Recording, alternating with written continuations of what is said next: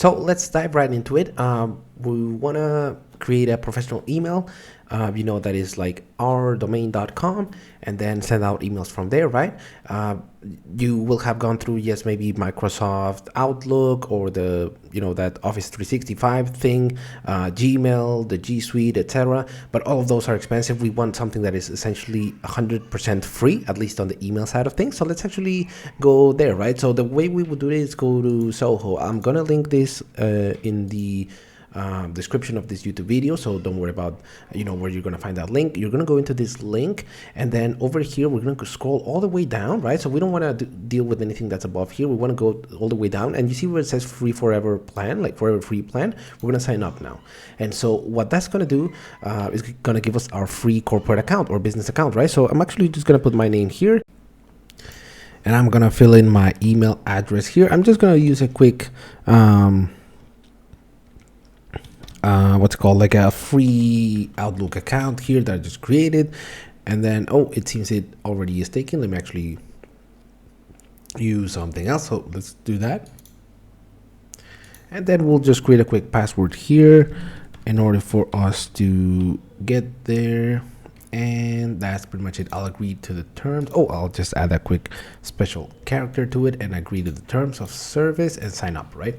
So now here's and it asks me for a quick captcha, so I'm just gonna fill that in this case, and then that should get us ready. So let's actually sign up now for this, and I'm actually just gonna go verify my OTP, and that's it, right? So I got that via the email that I just signed up with. Do know that you don't need to sign up with an actual real corporate email yet. You're gonna build it, right? So in this case, I just created that account for that email, and now I'm going to add an existing domain. And here is where another part comes in. You definitely can do one thing, right? Which is buy a domain through Zoho, right, and register with them, right? Or the way I do it is actually buy something on Namecheap, right? Namecheap.com, and then from there add the domain, right? So I do already have a domain, but do know that this is the only part where you'll actually have to purchase something. If you already have your business domain, like yourbusiness.com, etc., you're in good hands now. You can actually just go ahead and do that in the DNS records. You might do it might be in GoDaddy,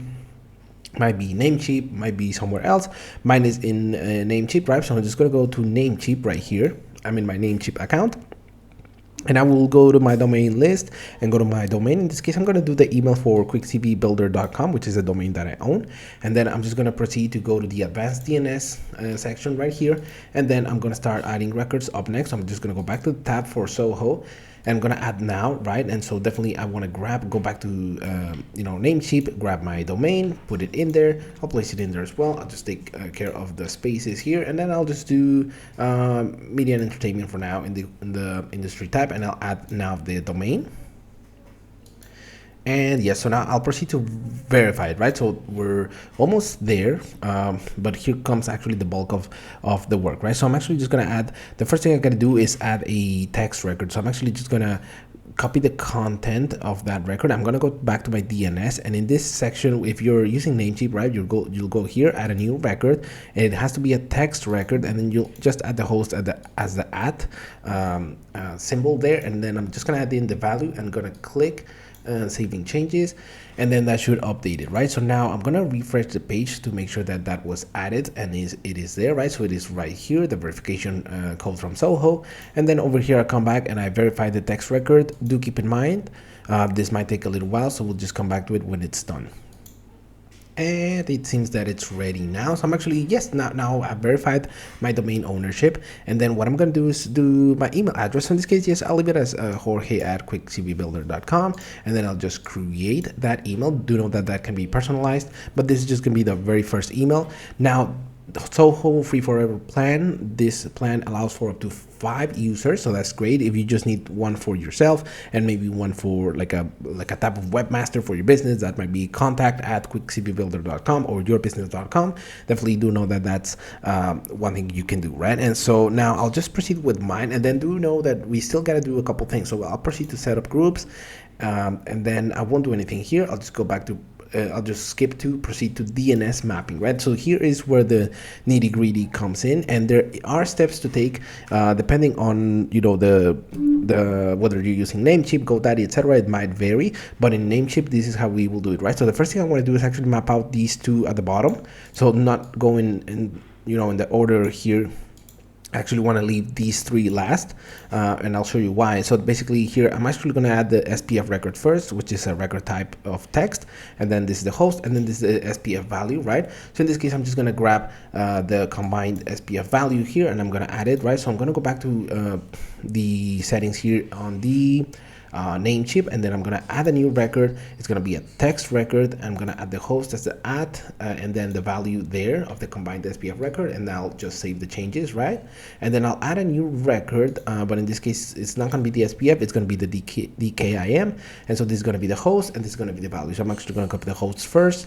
I'm going to go back to the DNS, add a new record, the text record, add it in the host, and definitely go back to it and grab now the value, and then copy the value here, and then we're just gonna save the changes there.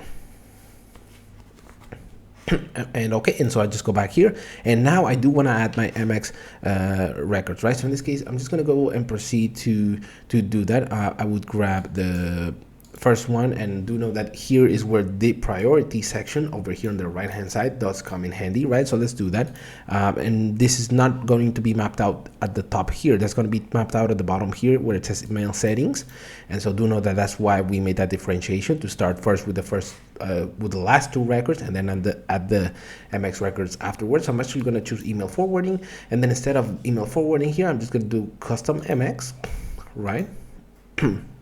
And below, here's where we're going to start adding those MX records out, right? So definitely I'll do host and do the first one, and then priority 10, right? As you can see, my Chrome already saved that because I've been doing this for a while now. So let's actually now add the second record, and it'll be the number 2, and then definitely number 20, and then here.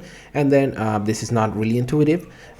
Do know that now what we'll be prompted to do when we add the next record, which is going to be the number 3, so add and then 3 records here to MX3 Zoho. We actually have to set a priority of 50, not of 30. And so now we'll just save the changes. And so this is now ready. Now we have added our MX records, our SPF record, and our DKIM record. So let's actually just do a quick refresh here, just to make sure that they're still there. So perfect, yes, the 2 records are here, 3 records there. And now we come back to the Zoho Mail, and then we click below where it says verify all the records. And there we go. That's about all that we need to do. As you can see, it has a green light now, and I'll just proceed to email migration. We won't really do it in this video. You don't really need it if it's your first business email. So I'm actually just going to skip that. I'm going to proceed to go mobile. And this is just for you to download the mobile app. If in case you don't have it, click here, install it on your phone, and then below we'll just proceed to set up completion, and that's it. Now we have an inbox. We have a business inbox now. That is all that we need to do, and it is functional. And the way I'm gonna test that it's functional is by sending myself an email and then reply to an email, which is just really gonna confirm that the inbox works, right? So I'm actually gonna go to the check out your inbox button here. And by the way, now you'll actually be able to sign in with just your email. And so that's, yeah, you now have an email that is yourbusiness.com, and definitely that is great. So I'm actually going to send myself an email just so that you can see that this is fully functional. And so it'll come from me, and then the subject will be testing 1, 2, 3, 4. Right, I'll just do that as well in the copy here, in the body of the email, and then I'm going to send it to myself. So I'm actually going to use my email address, and then so let me just spell that correctly. So there we go, and that's pretty much it. So I'm just going to add it, and then if you want, we can even test an attachment out. Right, so let's test that out. So I just actually added an image here, right? That should come through in the email, right? So that's going to for sure let us know that the email is fully functional, fully working, because it'll come through with an image, right? So let's actually send it.